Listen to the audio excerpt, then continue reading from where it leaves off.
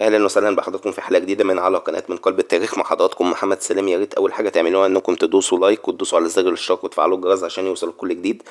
يا جماعه دلوقتي بالنسبه لقناه من قلب التاريخ على اليوتيوب الريتش بتاعها واقع جدا.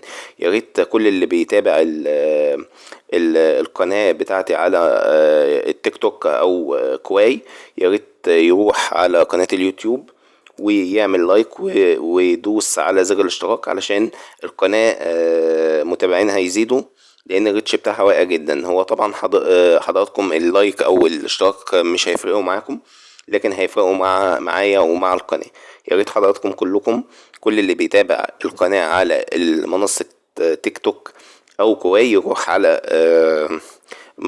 قناة من قلب التاريخ على اليوتيوب، يعمل لايك ويدوس على زر الاشتراك. ولينك القناة موجود في منصة تيك توك، طبعا موجود، انا كده كده كاتبه.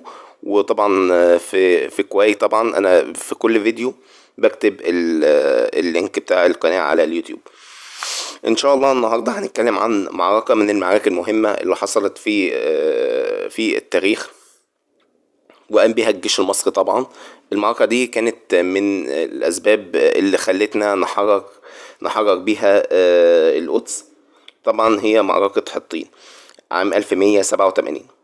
طبعا معركة حطين، المعركة دي حصلت في سهل حطين بالقرب من بحيرة طبرية في فلسطين. أهم معلم هناك قرون حطين. تلتين هم عبارة عن تلتين مرتفعتين شكلهم زي قرنين كده. الخلفية قبل المعركة، بعد الحملة الصليبية الأولى عام 1199. عام 1099 سيطر الصليبيين الأوروبيين على القدس وأسسوا مملكة القدس وإمارات صليبية في الشام. لكن ظهر قائد مسلم قوي اسمه صلاح الدين الأيوبي، اللي كان هدفه توحيد المسلمين واستعادة القدس. طبعا يعني المعركة دي حصلت بعد الحملة الصليبية الأولى عام 1099. الصليبيين طبعا استولوا على القدس وأسسوا مملكة القدس، وطبعا عملوا إمارات صليبية في الشام، وده كان السبب المباشر للمعركة. بعد كده حصل إن في واحد من أخطر قادة الصليبيين كان اسمه أرناط هاجم قوافل المسلمين وخالف الهدنة، وهدد إن هو يحتل مكة والمدينة. هنا قرر صلاح الدين إن الحرب دي لازم تتعمل.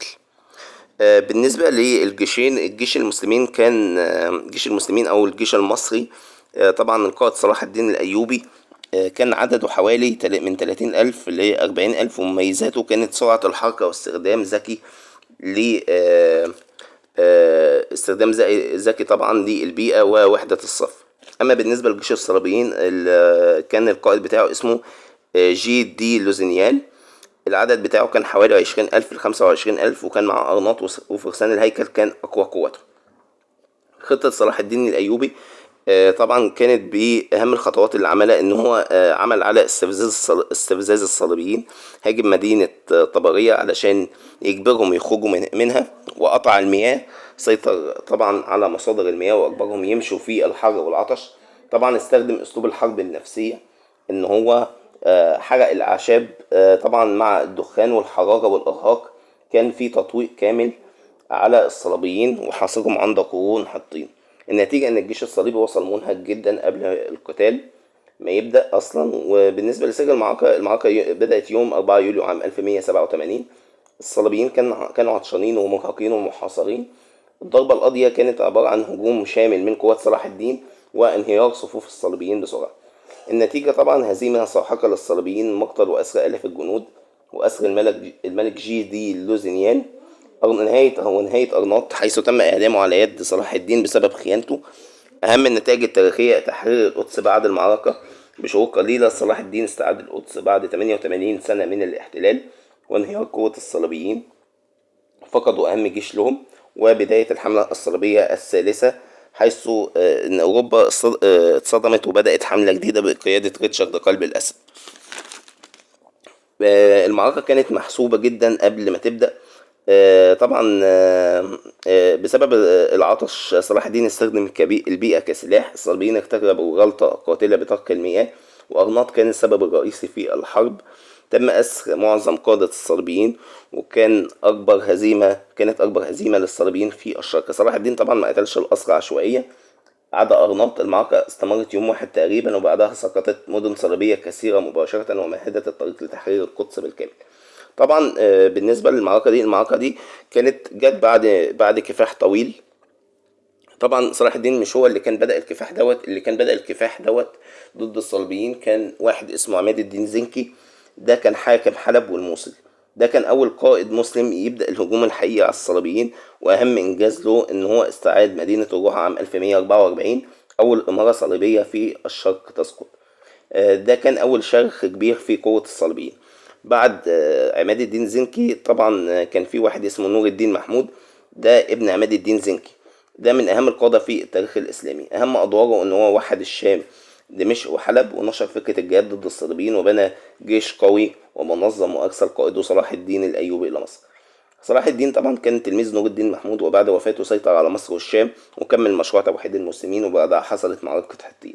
حطين ما كانتش انتصار صلاح الدين وحده، بل كانت ثمرة جهاد بدأوا عماد الدين زنكي وبناه نور الدين محمود، وحتى اكتمل النصر. كده يبقى وصلنا لنهاية الحلقة. يا ريت لو الحلقة عجبتكم انكم تدوسوا على زر اللايك، وتدوسوا على زر الاشتراك، وتفعلوا الجرس عشان يوصلكم كل جديد. ويا ريت كل اللي بيتابعني يا جماعة على منصة تيك توك او منصة كواي يروح هناك على يتابع قناة من قلب التاريخ على اليوتيوب، ويدوس لايك ويدوس على زر الاشتراك ويفعل الجرس عشان يوصله كل جديد. ويا ريت يا جماعه تعملوا كده، لان القناه فعلا رتشها واعي جدا ومفيش فيها مشتركين كتير. وطبعا عدد المشاهدات برضو منخفض جدا. يعني انا عايز تفاعل عشان القناه بتاعتي تكبر وتستمر. ان شاء الله نتقابل في فيديو جديد. سلام.